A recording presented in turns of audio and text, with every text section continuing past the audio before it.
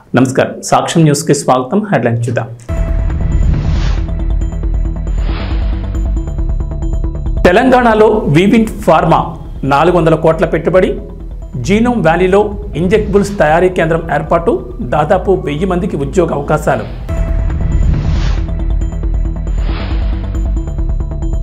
$500కే gas cylinder, మరో good news చెప్పిన రేవంత్ సర్కార్. 2 రోజుల్లోనే రాయితీ సొమ్ము అకౌంట్లలో జమ.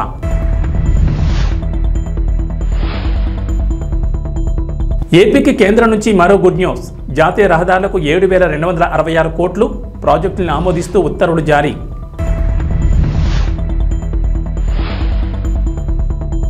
తెలంగాణకు రెయిన్ అలర్ట్. ఇవాళ పలు జిల్లాల్లో వర్షాలు, ఎల్లో అలర్ట్ జారీ. ఏపీలో కొనసాగుతున్న వర్షాలు 2-3 రోజులు వర్షాలుంటాయని వాతావరణ శాఖ అధికారులు వెల్లడి. తెలంగాణలో పెట్టుబడులు పెట్టేందుకు పేరొందిన పలు అంతర్జాతీయ కంపెనీలు ఆసక్తి ప్రదర్శిస్తున్నాయి. తాజాగా దిగ్గజ ఫార్మా కంపెనీ అయిన వివింట్ ఫార్మా తెలంగాణలో తమ సంస్థ కార్యకలాపాలు విస్తరించేందుకు సిద్ధమైంది. హైదరాబాద్లోని జీనోమ్ వ్యాలీలో అత్యాధునిక ఇంజెక్టబుల్స్ తయారీ కేంద్రాన్ని ఏర్పాటు చేయడానికి వివింట్ ఫార్మా కంపెనీ ముందుకొచ్చింది. 400 కోట్ల పెట్టుబడితో ఏర్పాటు చేయబోయే ఈ కంపెనీ ద్వారా దాదాపు 1000 మందికి ఉద్యోగ అవకాశాలు లభిస్తాయి. పెట్టుబడుల సమీకరణ లక్ష్యంగా అమెరికాలో పర్యటిస్తున్న ముఖ్యమంత్రి రేవంత్ రెడ్డి, ఐటీ పరిశ్రమల శాఖ మంత్రి శ్రీధర్ బాబు నేతృత్వంలోని ప్రతినిధి బృందం వివింట్ కంపెనీ ప్రతినిధుల మధ్య జరిగిన చర్చల అనంతరం పెట్టుబడులకు సంబంధించి కీలక ప్రకటన చేశారు. ప్రస్తుతం జీనోమ్ వ్యాలీలో వివింట్ కంపెనీ R&D కేంద్రం ఉంది. సుమారు 70 కోట్లతో నెలకొల్పిన ఈ సదుపాయాలతో పాటు అంతర్జాతీయ మార్కెట్లో విస్తరించేందుకు కంపెనీ ప్రణాళికలు రూపొందించింది. అందులో భాగంగా హైదరాబాద్లో తన మొదటి తయారీ కర్మాగారాన్ని స్థాపించనుంది. కాంగ్రెస్ ప్రభుత్వం మహాలక్ష్మి పథకంలో భాగంగా 500కే గ్యాస్ సిలిండర్ అందిస్తున్న విషయం తెలిసిందే. 6 గ్యారంటీల అమల్లో భాగంగా రాయితీపై సిలిండర్లు అందిస్తున్నారు. రాష్ట్ర వ్యాప్తంగా 1.20 కోట్ల గ్యాస్ కనెక్షన్లు ఉండగా రేషన్ కార్డు ఉన్నవారు మాత్రమే 500 గ్యాస్ సిలిండర్ పొందేందుకు అర్హులుగా ప్రభుత్వం నిర్ణయించింది. దీంతో తెలంగాణ వ్యాప్తంగా రేషన్ కార్డులు ఉన్నవారు 89.99 లక్షల మంది ఉన్నారు. ప్రజాపాలన దరఖాస్తుల ద్వారా వీరిలో 91.49 లక్షల మంది 500 గ్యాస్ సిలిండర్ కోసం దరఖాస్తు చేసుకోగా తొలుత 39.50 లక్షల కుటుంబాలను అర్హులుగా గుర్తించారు. ప్రజాపాలన అప్లికేషన్లలో సరైన వివరాలు ఇవ్వకపోవడం వంటి కారణాలతో వారికి రాయితీ అందడం లేదు. ప్రతి ఆయిల్ కంపెనీ వినియోగదారు సంఖ్యతో పాటు ఒక యూనిక్ ఐడి ఇస్తాయి. ఇందులో 17 నుంచి 19 అంకెలు ముద్రించుంటాయి. అయితే చాలా మంది ప్రజాపాలన దరఖాస్తులో యూనిక్ ఐడి కాకుండా కన్జ్యూమర్ ఐడి రాయడంతో రాయితీ అందకుండా పోతోంది. ఈ సంఖ్యను అప్లికేషన్ ఫామ్లో రాయని వారు ప్రజాపాలన కేంద్రాల్లో తిరిగి మరోసారి సరైన వివరాలు అందిస్తే ప్రభుత్వం అర్హులుగా గుర్తిస్తుంది. ఆధార్ నెంబర్ తప్పు రాసినా కూడా సరిచేసుకోవచ్చు. ఇలా 4.60 లక్షల మంది సవరణ చేసుకోగా వారందరికీ 500కే గ్యాస్ సిలిండర్ అందుతోంది. దీంతో లబ్ధి పొందే మొత్తం కుటుంబాల సంఖ్య 44.10 లక్షలకు చేరుకుంది. ఇదే కాదు, ఆడబిడ్డలకు కట్టెలపై కష్టాలు తీర్చాలని, వాళ్ళ కన్నీళ్లు తూడవాలని 1200 రూపాయలు ఉన్న సిలిండర్ను ఇవాళ 500 రూపాయలకి ఆడబిడ్డలకి ఇంటి దగ్గర ఇచ్చి ఆడబిడ్డల కన్నీళ్లు దూర్చే బాధ్యత ఇవాళ ఈ ప్రభుత్వం తీసుకున్నది.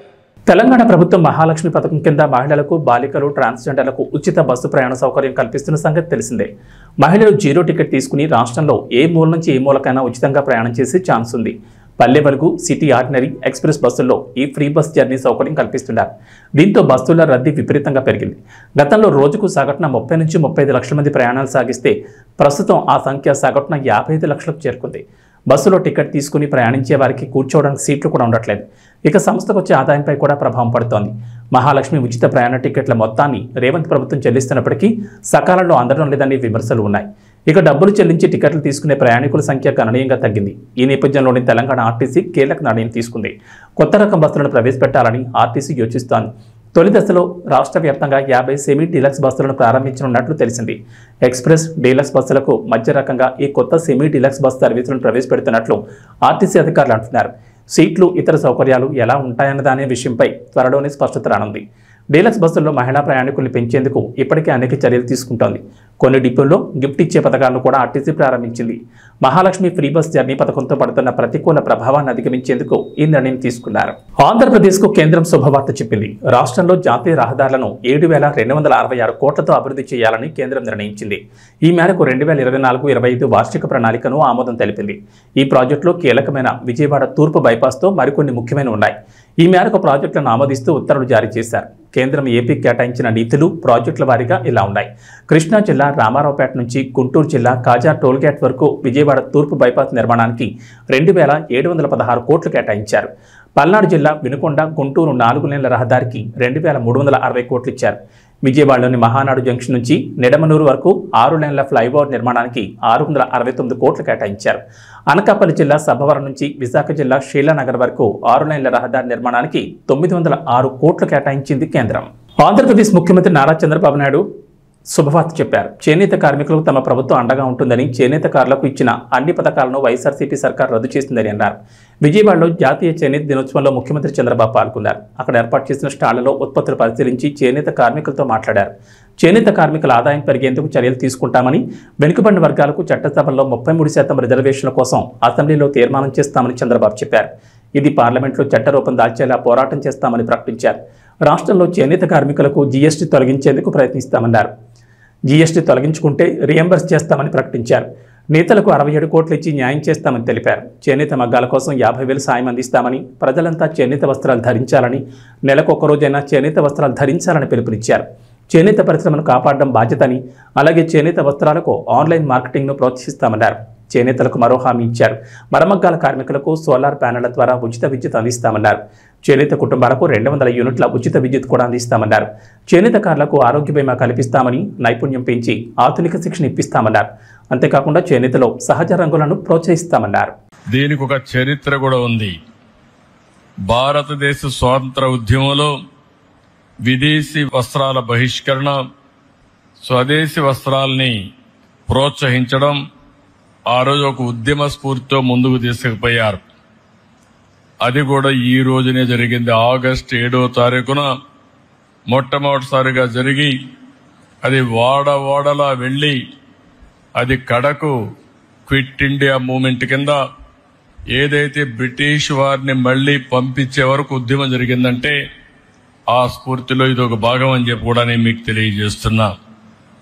అదే మరి మన దేశంలో కూడా 2015 నుంచి ఈ యొక్క చేనేత అంతర్జాతీయ దినోత్సవాన్ని జరపాలని చెప్పి అనుకోవడం, కేంద్రంలో మోడీ గారు చేయడం, నేను ముఖ్యమంత్రిగా ఉన్నప్పుడు 2015 నుంచి ఈ కార్యక్రమానికి శ్రీకారం చుట్టాం. అది చాలా సంతోషం అని చెప్పి కూడా నేను మీకు తెలియజేస్తున్నా. ఒకే మాట చెప్తున్నా, ఈరోజు నేను వచ్చింది మీ అందరికీ భరోసా ఇవ్వడానికి వచ్చా. అందరితో సమానంగా చేనేత కార్మికుల్ని పైకి తీసుకొచ్చే వరకు ఈ ప్రభుత్వం నేను అండగా ఉంటామని మరొక్కసారి స్పష్టంగా మీ అందరికీ హామీ ఇస్తున్నా. నేను చాలా ఎన్నికల్లో చూశాను. ఏ ఎన్నికలు వచ్చినా కొంతమంది అటూ ఇటూ వెళ్లారు, కానీ చేనేత కార్మికులు మాత్రం మూకుమ్మడిగా బలపరిచింది తెలుగుదేశం పార్టీనే బలపరిచారు అన్ని ఎన్నికల్లో. అది ఆ రోజు సమైక్య ఆంధ్రప్రదేశ్ కావచ్చు, ఈరోజు నవ్య ఆంధ్రప్రదేశ్ కావచ్చు, ఎప్పుడు కూడా ఎక్కడ చేనేత కార్మికులు ఉంటారో అక్కడ ఎప్పుడు తెలుగుదేశం పార్టీకి మెజారిటీ వస్తుంది, ఆదరణ చూపించారు. అది ఎప్పటికీ గుర్తుంటుందని చెప్పి కూడా నేను మీకు తెలియజేస్తున్నా. చేనేత రంగం ప్రభుత్వ నిర్లక్ష్యాలతో తీవ్రమైన సంక్షోభంలోకి వెళ్ళింది. అందుకే ఈరోజు చూస్తే గడిచిన ప్రభుత్వంలో, తెలుగుదేశం ప్రభుత్వంలో అనేక కార్యక్రమాలు చేసి మిమ్మల్ని అందరినీ ఆదుకున్నాం. కానీ ఇటీవల ప్రభుత్వాన్ని మనం చూస్తే నేతన్న హస్తం పేరు చెప్పి మీకు అందే అన్ని రంగాల పథకాలను అన్ని రద్దు చేసే పరిస్థితికి వచ్చారు. అంటే ఏదో ఒక 24,000 రూపాయలు మీకు ఇస్తే దాంతోనే మీ జీవితాలు బాగుపడిపోతాయని, పెన్షన్ 3,000 ఇస్తున్నాం, ఇప్పుడు 4,000 ఇస్తున్నాం, కానీ నెలకు 2,000 ఇస్తే మీ జీవితాలు మారిపోతాయనుకోవడం ఏ విధంగా సబబోమని ఒక్కసారి ఆలోచించుకోవాల్సిన అవసరం ఉంది. అన్ని పథకాలని రద్దు చేశారు. అదే మరిగా సొంత మగ్గం ఉంటేనే చేనేత నేస్తమన్నారు. ఆప్కో ద్వారా కొనుగోళ్లు ఆపేసే పరిస్థితికి వచ్చారు. అదే మరి నూలు రంగుపై సబ్సిడీ కూడా ఎత్తేశారు. పావలా వడ్డీ రుణాలు తీసేశారు. ఒక మాటలో చెప్పాలంటే అన్ని రుణాలు రద్దు చేసి మీ పొట్టగొట్టే పరిస్థితికి వచ్చారు. ఈ రోజు గడిచిన ప్రభుత్వాన్ని మీరు చూస్తే కార్మికులకి, చేనేత రంగానికి 226 కోట్ల రూపాయలు అప్పు పెట్టే పరిస్థితికి వచ్చారు, బకాయిలు పెట్టే పరిస్థితికి వచ్చారు. కానీ ఒక్క మాట మీకు అందరికి గుర్తు చేసుకోవాల్సిన అవసరం ఉంది. చరిత్ర కూడా తెలుగుదేశం ప్రతిపక్షంలో ఉన్నా అధికార పక్షంలో ఉన్నా ఎప్పుడూ చేనేత కార్మికులకు పోరాడిన పార్టీ తెలుగుదేశం పార్టీ అని మరొకసారి స్పష్టం చేస్తున్నా. 2007లో 3072 కోట్లు చేనేత రంగం రుణమాఫీలు చేయాలని ఆనాటి కాంగ్రెస్ ప్రభుత్వం చెప్పి మోసం చేస్తే గట్టిగా పోరాడాం. ఇప్పటికి కూడా నాకు గుర్తుంది. 2000 మేము పోరాడిన పోరాట ఫలితంగా 2011 ఆనాటి ముఖ్యమంత్రి రోసయ్య గారు చీరాల్లో మేము వ్యతిరేకంగా ఉద్యమం చేస్తే 109 కోట్ల రూపాయలు మాఫీ చేయించాం. అది చాలదని 110 కోట్లు చేయకపోతే 2014లో అధికారంలోకి వస్తానే 110 కోట్ల రూపాయలు రుణమాఫీ చేసి చేనేత కార్మికులకు ఇచ్చిన మాట నిలబెట్టుకున్నాం. ఈరోజు మీరు ఒకసారి చూస్తే ప్రతి ఏటా 2014 నుంచి 250 కోట్ల రూపాయలు బడ్జెట్ కేటాయించాం. 90,795 మంది కుటుంబాలకి 100 యూనిట్లు కరెంటు ఉచితంగా ఇచ్చాం. ఆ రోజు మీరందరూ అడిగారు, చేనేత పరిశ్రమలో చాలా సమస్యలున్నాయి, చిన్న వయసులో అనారోగ్య సమస్యలు వస్తున్నాయి, మగ్గం పైన కూర్చుంటున్నాం, కడుపు లేకు నూలంతా వెళుతుంది, దానివల్ల ఇబ్బందులు వస్తున్నాయంటే 50 రూపాయలకే పింఛన్ ఇచ్చిన ఘనత, పెన్షన్లు ఇచ్చిన ఘనత తెలుగుదేశం ప్రభుత్వాన్ని చెప్పి మరొకసారి గుర్తు చేస్తున్నా. నూలు రంగుల పైన 20% సబ్సిడీ ఉంటే దాన్ని 40% పెంచాం. మరమగ్గాలకు 50% రాయితీ కోసం 80 కోట్ల రూపాయలు ఖర్చు పెట్టాం. 1,11,00,000 మంది చేనేత కార్మికులకి 2,000 రూపాయలు పింఛన్ ఇచ్చాం. ఆప్కో ద్వారా చేనేత వస్త్రాలు కొనుగోలు చేశాం. అంతర్జాతీయ మార్కెట్ క్రియేట్ చేశాం. ఎక్కడికక్కడ దీన్ని ముందుకు తీసుకుపోయే పరిస్థితికి వచ్చాం. ఆదరణ 2లో 60,000 మంది పనిముట్లు, 70,000 మగ్గాలకి మోటార్లు కూడా ఇప్పించాం. ఇంకొక పక్కన 70,000 మంది చేనేత కార్మికులకి మోటరైజ్ జకార్డ్ లిఫ్టింగ్ మెకానిజం సదుపాయాలు కల్పించాం. 55,500 మంది చేనేత కార్మికులకి 26.62 కోట్ల రూపాయలు రుణం ఇచ్చాం. ఇవన్నీ చేసి ఆ రోజు ముందుకు పోయామంటే అది చేనేత పరిశ్రమ పైన ఉండే శ్రద్ధ. కొంతమంది ప్రముఖులు వివిధ వ్యాపార సంస్థల ప్రకటనలో నటించి మీ నమ్మకమైన సంస్థ అంటూ చెప్పడం వల్ల చాలా మంది ప్రలోభాలు గురై పెట్టుబడి పెట్టి నష్టపోతున్నారని వినియోగదారులు జాగ్రత్తలు తీసుకోవాలని కర్నూలు జిల్లా కాంగ్రెస్ పార్టీ మాజీ ప్రధాన కార్యదర్శి కొత్తూరు సత్యనారాయణ గుప్తా కోరారు. కర్నూలు కలెక్టరేట్ ఆవరణలో విలేకరులతో మాట్లాడుతూ ప్రముఖ వ్యాపార సంస్థలు, రియల్ ఎస్టేట్ సంస్థలు, ఇంకా అనేక వ్యాపార సంస్థలు ప్రముఖంగా ప్రజల్లో పేరుగాంచిన యాంకర్లు కానీ, సినీ హీరోలు కానీ, సినీ హీరోయిన్లు కానీ వారి వ్యాపార అభివృద్ధి కోసం వారిని ప్రచారానికి వాడుకుంటారని ఆయన తెలిపారు. వీరి మాటలకు వారిపై ఉన్న ప్రేమతో, అభిమానంతో చాలా మంది ఆయా వ్యాపార సంస్థల్లో, రియల్ ఎస్టేట్ సంస్థల్లో భూములు, గృహాల కొనుగోలుపై పెట్టుబడులు పెట్టి నష్టపోతున్నారని ఆయన ఆవేదన వ్యక్తం చేశారు. కొంతమంది ప్రముఖులు తమ ఆదాయం కోసం మోసం చేసే వ్యాపార సంస్థల్లో ప్రచారంలో భాగంగా పాల్గొనడం వల్ల చాలా మంది వినియోగదారులు నష్టపోతున్నారని, ఇటీవల తెలంగాణ ప్రాంతంలో ప్రముఖ యాంకర్ సొమ్ము వల్ల తాము ఆ సంస్థల్లో డబ్బులు పెట్టి నష్టపోయామని చెప్పడం జరిగిందన్నారు. ప్రముఖులను చూసి పెట్టుబడి పెట్టడం మూర్ఖత్వం అవుతుందని, వినియోగదారులు చైతన్యం లేకపోవడం వల్ల ఇటువంటి ఆర్థికంగా నష్టపోయే అవకాశం ఉంటుందన్నారు. మోసం చేసే వ్యాపార సంస్థలపై ప్రభుత్వం కూడా ప్రత్యేక నిఘా ఉంచాలని, అటువంటి వ్యాపార సంస్థలు మనుగడ లేకుండా చేయాలన్నారు. ప్రభుత్వాలు కూడా వినియోగదారుల చట్టంపై అవగాహన కలిగించాలని, రాష్ట్రంలో వినియోగదారుల సంఘాలు నిద్రావస్థలో ఉన్నాయని ఆయన విమర్శించారు. ప్రతి పాఠశాల, కాలేజీలో వినియోగదారుల చట్టంపై అవగాహన కలిగించాలని, అందుకు ప్రత్యేక శాఖను కూడా ఏర్పాటు చేయాలన్నారు. మేలుకోండి, మనం పెట్టే పెట్టుబడి మన పిల్లలకు భవిష్యత్తుకు ఉపయోగపడాలి. కొంతమంది యాంకర్స్ కానీ, సినిమా హీరోలు కానీ, హీరోయిన్లు కానీ కొన్ని వ్యాపార సంస్థలకు, ముఖ్యంగా రియల్ ఎస్టేట్ సంస్థలకు ప్రకటనదారులుగా వాళ్ళు నటించడం జరుగుతుంది. పైసలు తీసుకుంటారు, నటిస్తారు, మంచి సంస్థ అంటారు. కొంతమంది ఆ యాంకర్స్ మీద కావచ్చు, సినిమా హీరోయిన్ల మీద కావచ్చు, హీరోయిన్ల మీద కావచ్చు అభిమానంతో ముందు వెనక ఆలోచన చేయకుండా పెట్టుబడి పెడతారు. ఆ తర్వాత బోర్డులు ఎత్తేసే పరిస్థితి ఏంటి? నిన్ననే ఒక సంఘటన చూశాను. కొంతమంది వినియోగదారులు రియల్ ఎస్టేట్ వ్యాపారస్తులు వాళ్ళ వ్యాపార ప్రకటనలో ఒక యాంకరు సుమని నటించడం వల్ల ఆమె సుమన్ చూసి మేము పెట్టుబడి పెట్టాము నష్టపోయినామని రోడ్డు మీదకి ఎక్కారు. కాబట్టి వినియోగదారులు మేలుకోవాలి. అదేవిధంగా రాష్ట్ర ప్రభుత్వాలు కూడా వినియోగదారుల సంఘాలను చట్టాలను ప్రజలను అవగాహన కలిగించాలన్న ఆలోచన విస్మరిస్తున్నారు. ఇది చాలా బాధాకర విషయం. చట్టాలు చేసిన వాళ్ళు చుట్టాలుగా మార్చుకుంటున్నారు. కాబట్టి యాంకర్స్ మరోసారి ఆలోచన చేయండి. సినీ పరిశ్రమలో ఉన్న ప్రముఖులు కానీ దిగ్గజాలు కానీ ఒక వ్యాపార సంస్థలో నటించేటప్పుడు జాగ్రత్తలు తీసుకోకపోతే వాళ్ళ భవిష్యత్తు దెబ్బతింటుంది అనేది మీరు అర్థం చేసుకోవాలి. అదేవిధంగా నేను అందరిని దృష్టిలో అనడం లేదు.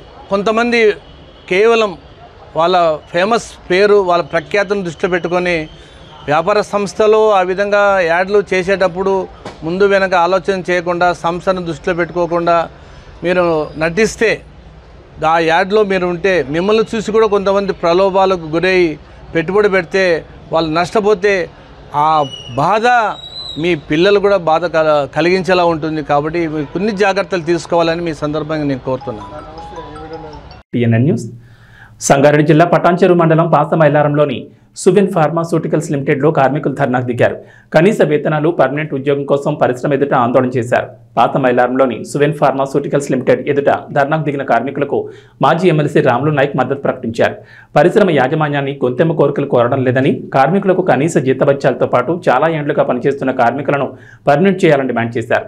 అందుకు పరిశ్రమ యాజమాన్యం ఒక మెట్టు దిగొచ్చిందని, కొంత సమయం కావాలని కోరినట్లు ఆయన చెప్పారు. సంఘటితంగా కార్మికులంతా ఉండి హక్కు కోసం పోరాటం చేయాల్సిన అవసరం ఎంతైనా ఉందన్నారు. ఈ కార్యక్రమంలో యూనియన్ అధ్యక్షులు రాములు నాయక్, ఎక్స్ఎమ్మెల్సీ యూనియన్ ప్రధాన కార్యదర్శి Raju Mudinath, treasury Satyanarayana Reddy, organic secretary Venkatesh Yadav, joint secretary Praveen, ముఖ్య సలహాదారులు ప్రవీణ్ రెడ్డి, ఎగ్జిక్యూటివ్ మెంబర్ రంగస్వామి, ఉపాధ్యక్షులు శ్రీనివాస్ మరియు మహిళా నాయకురాలు యాకమ్మ కార్మికులు పాల్గొన్నారు. ఇవాళ మనం ఒక విజయం సాధించినాం. ఇన్ని రోజులు మీతోటి మాట్లాడని యాజమాన్యం ఇవాళ చర్చలకు వచ్చింది. ఒక మెట్టు మనం ఎక్కడం జరిగింది.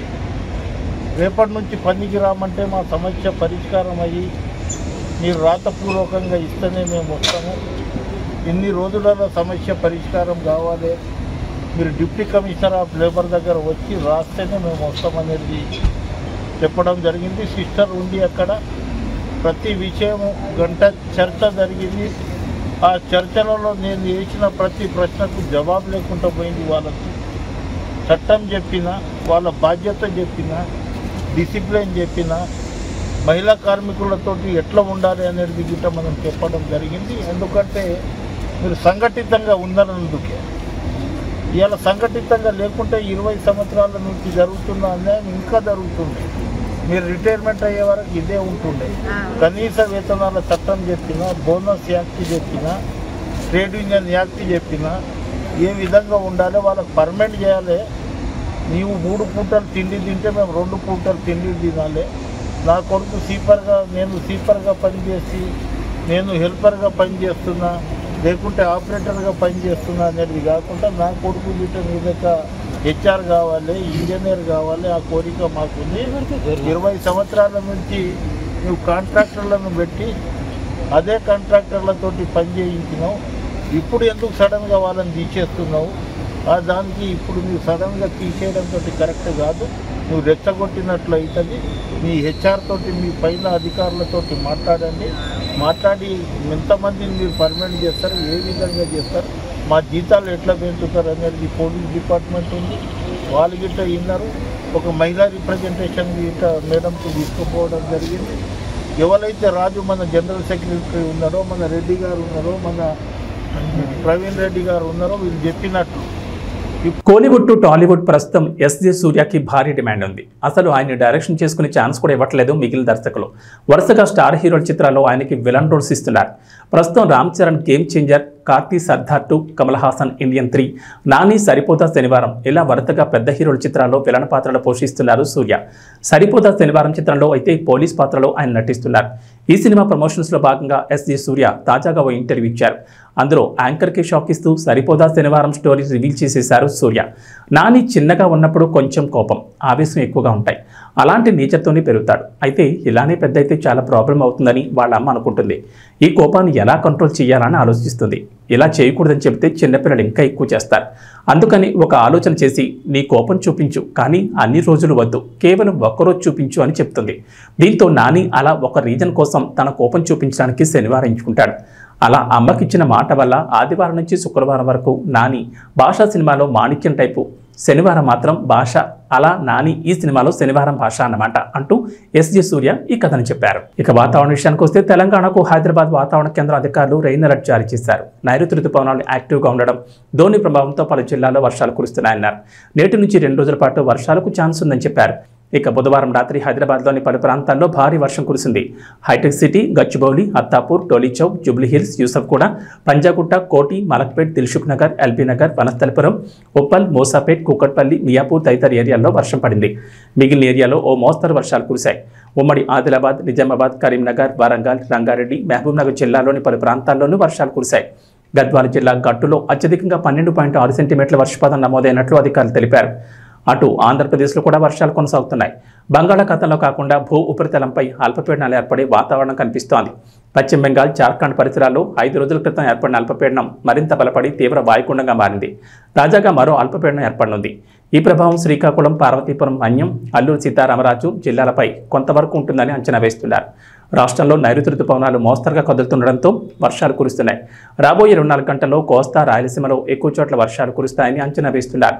శ్రీకాకుళం, విజయనగరం, పార్వతీపురం, మన్యం, అల్లూరు సీతారామరాజు, అనకాపల్లి, ఎన్టీఆర్, పల్నాడు, ప్రకాశం, చిత్తూరు, తిరుపతి, కర్నూలు, నంద్యాల, అనంతపురం, శ్రీ సత్యసాయి, కడప జిల్లాలో అక్కడక్కడ పిడుగులతో పాటు తేలికపాటి వర్షాలు కురిసే అవకాశం ఉందని విపత్తుల నిర్వహణ సంస్థ తెలిపింది. మరోవైపు నంద్యాల జిల్లా డోన్లో 101.4 మిల్లీమీటర్లు, తిరుపతి జిల్లా సూళ్లూరుపేటలో 97.6, పార్వతీపురం, మన్యం జిల్లా కొమరాడలో 84.6 మిల్లీమీటర్లు, చిత్తూరు జిల్లా వెంకటగిరి కోటలో 83.2, పార్వతీపురంలో 76.8, గుంటూరు జిల్లా అమరావతిలో 75.9, తిరుపతి జిల్లా తిరుపతి ఏరోలో 75 మిల్లీమీటర్ల వర్షపాతం నమోదైంది. ఇవి బులెటిన్ విశేషాలు. నమస్కారం.